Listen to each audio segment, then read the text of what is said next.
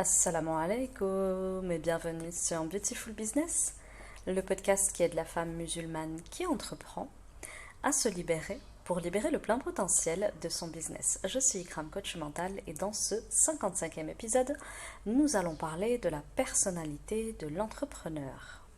Alors celles qui me suivent assidûment sur Telegram le savent, la réussite tient essentiellement à deux ingrédients indispensables. Premièrement, avoir une forte personnalité. Deuxièmement, avoir une spiritualité forte également. Alors beaucoup d'entrepreneurs cumulent effectivement les échecs, et ça n'est pas pour autant parce qu'ils sont mauvais, mais plutôt parce que j'identifie chez eux ce qu'on appelle une faiblesse de caractère, qui vient constituer une faille dans leur personnalité. Et en fait, cette faille, elle ne leur permet pas d'afficher une forte personnalité qui soit suffisamment marquée pour être charismatique et donc créer l'engouement autour de leur marque, produit ou service.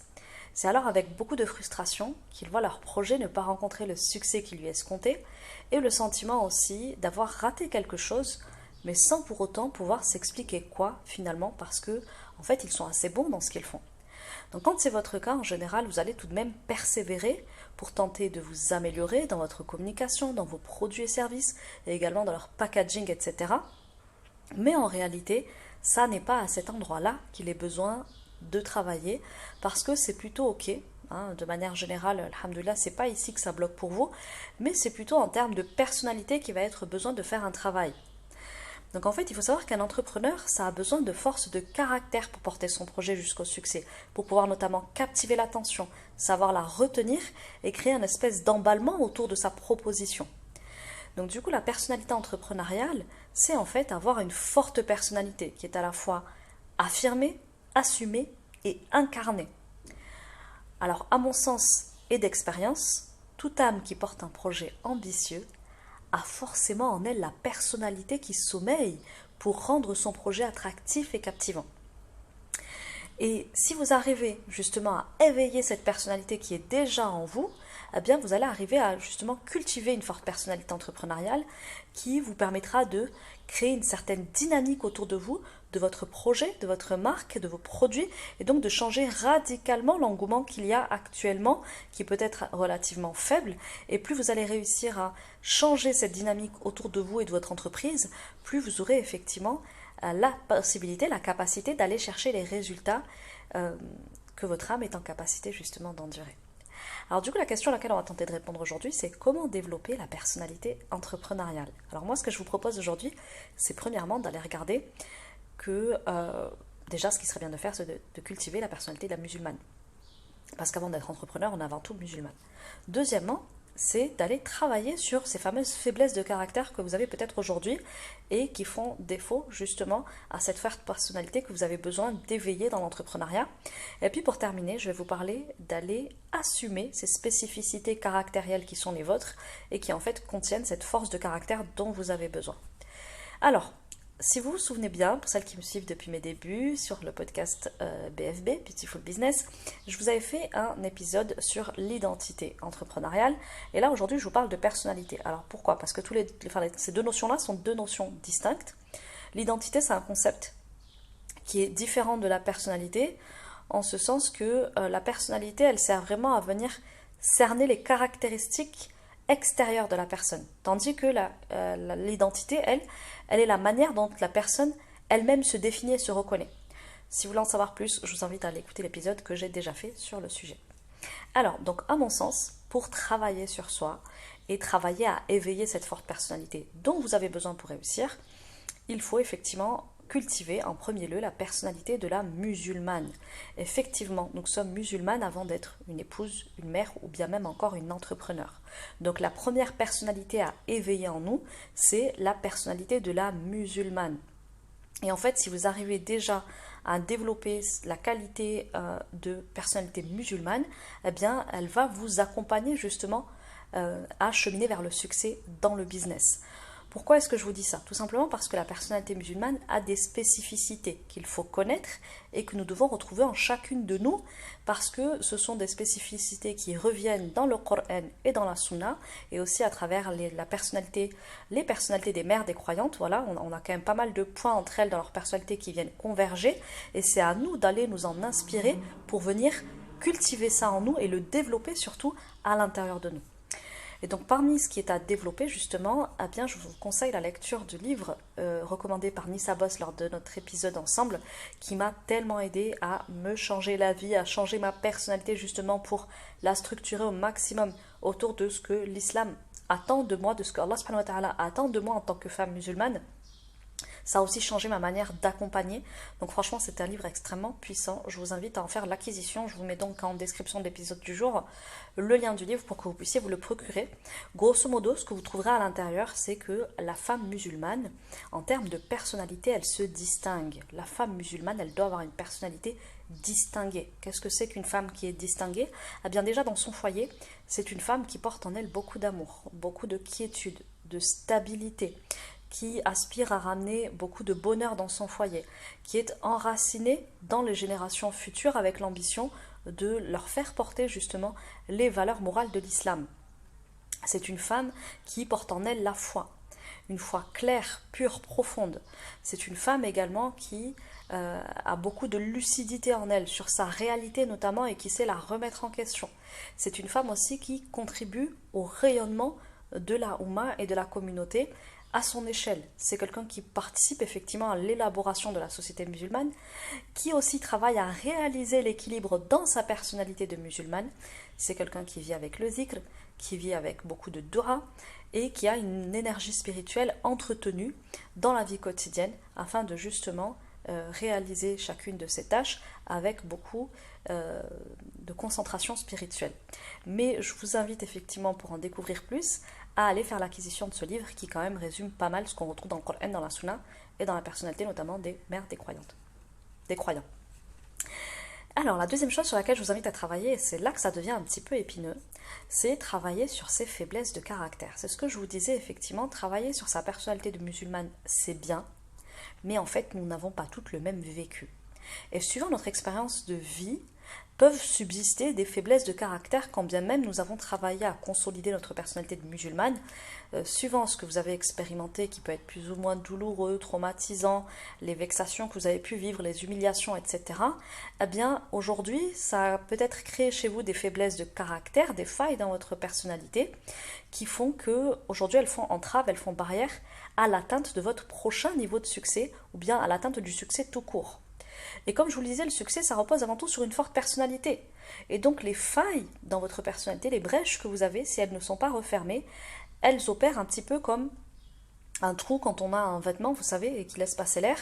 Et donc finalement, si vous ne venez pas étancher ça, eh bien vous restez perméable à la critique, au regard des autres, au jugement de ce que les autres vont en penser à propos de ce que vous faites, de ce que vous initiez.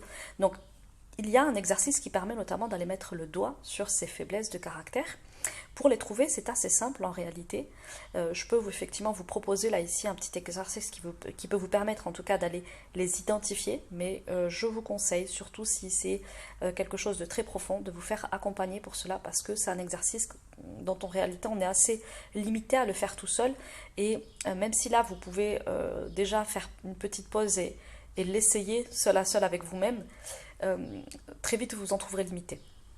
La question que vous pouvez notamment vous poser pour identifier vos faiblesses de caractère, c'est vous demander quels sont les incidents de vos vies qui vous ont potentiellement choqué. Ce que je vous invite à faire, c'est à lister justement peut-être les différents chocs que vous avez reçus. Prenez-les un par un et regardez surtout ceux qui sont les plus chargés émotionnellement. Parce qu'il peut y en avoir plusieurs, mais en fait il y en a peut-être un qui est à l'origine de tous les autres, et c'est sur celui-ci notamment qu'il va falloir porter votre attention et accentuer le travail.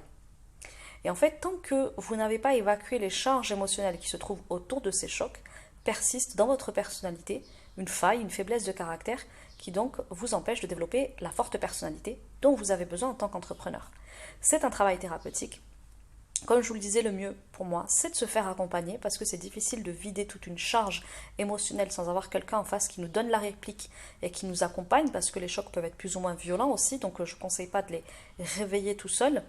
Et plus vous irez effectivement nettoyer ce qui s'est passé sur le plan émotionnel dans votre vécu, plus vous pourrez, Inch'Allah, refermer ce trou dans votre tissu, dans votre vêtement qui va vous permettre d'être plus imperméable dans votre personnalité et donc d'être une personnalité beaucoup plus forte. C'est un travail qui peut se faire sur une séance, mais qui peut nécessiter en général plusieurs séances. Je vous parle ici, bien entendu, de la fameuse thérapie des chocs que j'ai déjà évoquée dans d'autres épisodes de podcast. C'est une thérapie extrêmement puissante, voilà, ça relève de la psychothérapie islamia, à faire, et surtout à vous d'identifier à partir de la question que je vous ai posée. Est-ce que, en vous posant juste la question, est-ce qu'il y a des choses qui m'ont choqué dans ma vie? Est-ce qu'il y a des choses qui remontent? S'il y a des choses qui remontent, vous auriez tout intérêt à faire ce travail-là. Pour terminer, je voulais vous parler des spécificités de caractère qui sont parfois difficiles à assumer. Alors ça, c'est un sujet que je connais bien et que je vois beaucoup aussi au travers des accompagnements que nous avons avec nos élèves. En fait, ce que vous ignorez, pour la plupart, c'est que les entrepreneurs à succès, là où ils s'en sortent très très bien, c'est quand ils assument leur spécificité caractérielle. Qu'est-ce que je veux dire par là? En fait, on tombe souvent dans le piège de vouloir harmoniser, lisser sa personnalité pour qu'elle puisse convenir finalement à une certaine représentation que nous avons de la personne que nous voulons accompagner, des personnes que nous ciblons dans notre marketing. Et donc, on se dit qu'il faut plutôt se présenter sous tel jour, qu'il faut plutôt communiquer comme ceci, être comme cela dans les yeux de cette audience-là. Et ça, en fait, c'est un piège. Le piège de travertir sa personnalité. Ça fait vivre une espèce de sentiment de schizophrénie. On a l'impression d'être 2-3 personnes à la fois. Et en fait, c'est souvent d'ailleurs ça qui vous a poussé, en tant que femme musulmane et voilée en général, à pousser la porte de l'entrepreneuriat, jusqu'à ce qu'en fait on se surprenne à se trahir tout autant dans notre personnalité, au sein même de notre business. Et je vous l'ai dit, je vous accuse pas parce que je suis moi-même tombée dans ce fameux piège. En fait, c'est même très récemment que j'ai enfin, je pense, complètement assumé ma personnalité telle qu'elle est réellement. Donc c'est pour ça que je peux vous dire que c'est un piège quand même assez insidieux de vouloir lisser sa personnalité, harmoniser sa personnalité sur ce qu'on pense qu'il est attendu de nous vis-à-vis de notre audience, des personnes qu'on veut cibler à travers notre marketing, notre communication, surtout si votre personal branding est très fort. En fait, ici, ce qui se passe très souvent, c'est que vous êtes très soucieuse du regard des autres. Vous êtes très soucieuse du regard qu'on va porter sur vous et du regard que vous portez sur vous-même dans vos fonctions, dans votre rôle de chef d'entreprise. Donc ici, il y a un rapport avec l'estime de soi. D'ailleurs, très bientôt, il faut que je vous fasse un épisode là-dessus. Sur le regard des autres, et d'ailleurs, vous avez également un épisode qui a déjà été fait. Il y a également ce qu'on se dit par rapport à qui on doit être en tant que musulmane sur la place publique. Et donc, très souvent, on va se dire que si j'agis comme ceci ou comme cela, c'est pas islamiquement correct. Très souvent, il y a une fausse compréhension de notre dîn derrière ça. En fait, ici, moi, le conseil que je pourrais vous donner, c'est tout simplement de travailler à être qui vous êtes quand vous êtes uniquement en la présence d'Allah subhanahu wa ta'ala. C'est ça qu'Allah te demande. Il te demande de ne pas en ajouter à ce que tu es réellement et de ne pas en enlever pour plaire aussi aux autres.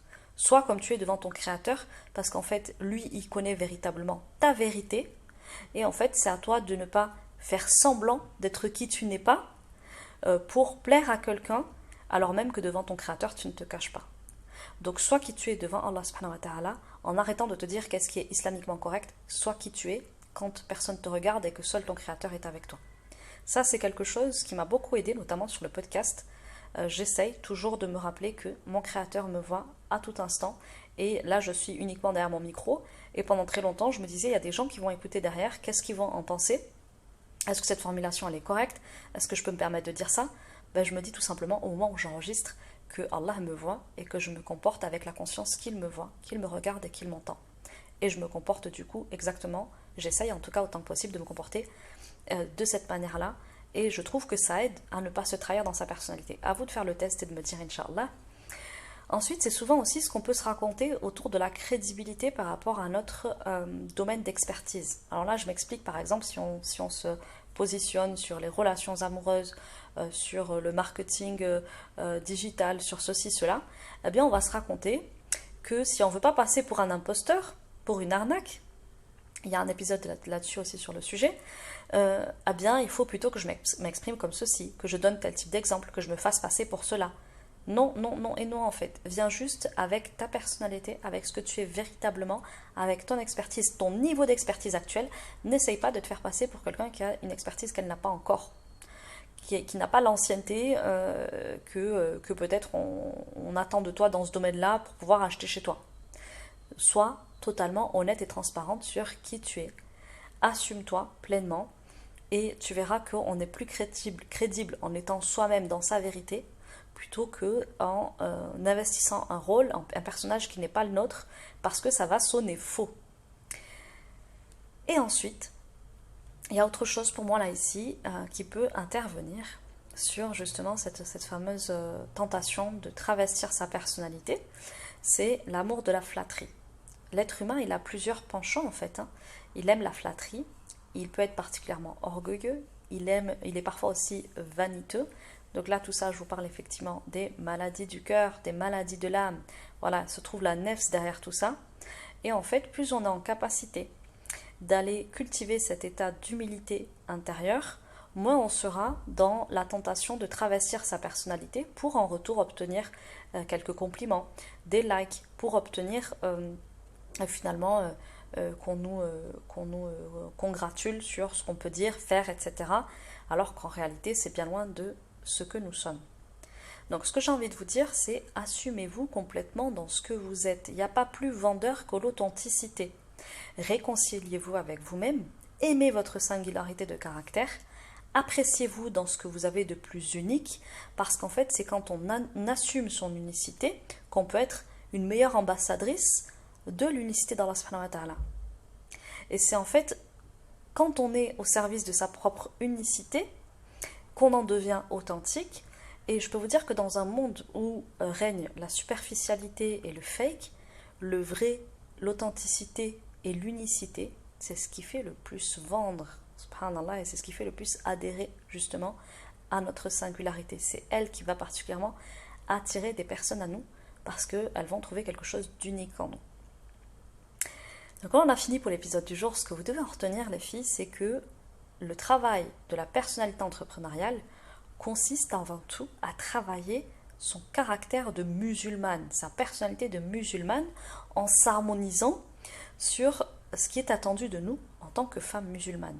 Ensuite, il va s'agir de travailler sur ses faiblesses de caractère, parce qu'il y a là des brèches qui vous empêchent de développer cette forte personnalité dont vous avez besoin pour réussir dans l'entrepreneuriat. Et puis enfin, il va être ici question d'assumer vos spécificités. Nous avons tous certaines spécificités dans notre personnalité, parce qu'Allah ne nous a pas créés, semblables les uns aux autres. Au contraire, nous sommes tous différents et uniques. Et parfois, on va avoir tendance à essayer de gommer ou de lisser certains traits de caractère, alors qu'en réalité, c'est en assumant pleinement ces spécificités-là qu'on va pouvoir goûter au succès, parce que plus on renoue avec notre unicité, plus on témoigne d'une certaine authenticité, et c'est cette authenticité-là qui va faire vendre, et on va pouvoir justement s'aligner avec qui nous sommes, et pouvoir être des meilleurs ambassadeurs de l'unicité d'Allah subhanahu wa ta'ala, puisque c'est une manifestation de sa grandeur que d'assumer notre unicité propre, et on pourra ici admirer comment Allah nous a créés tous uniques, avec une singularité bien spécifique. Du coup, si tout ce que je vous ai dit ici vous a parlé, et que vous avez envie, comme je le disais en début d'épisode, de découvrir certaines choses en avant-première via mon canal Telegram notamment, avec un florilège de pépites quasi quotidiennes, que ce soit par écrit ou par audio, au fil de mes aspirations, de mes journées d'entrepreneur, eh bien, je vous invite à le rejoindre, puisque c'est avec beaucoup de passion et d'amour que je vous transmets là-bas du mindset et de la psychospiritualité. C'est le deuxième lien que je vous partagerai en description de l'épisode du jour. Si vous avez apprécié cet épisode, pensez à le noter, le commenter, afin de m'encourager et de soutenir mon travail. C'est la meilleure manière de me remercier. Je vous retrouverai, Inch'Allah, pour un prochain épisode la semaine prochaine. On se parlera de devenir un entrepreneur tout-terrain, avec un entrepreneur qui excelle dans cet art. C'est un rendez-vous à ne pas manquer. Passez une très belle semaine. Que la paix soit sur vous. Assalamu alaikum wa rahmatullahi wa barakatuh.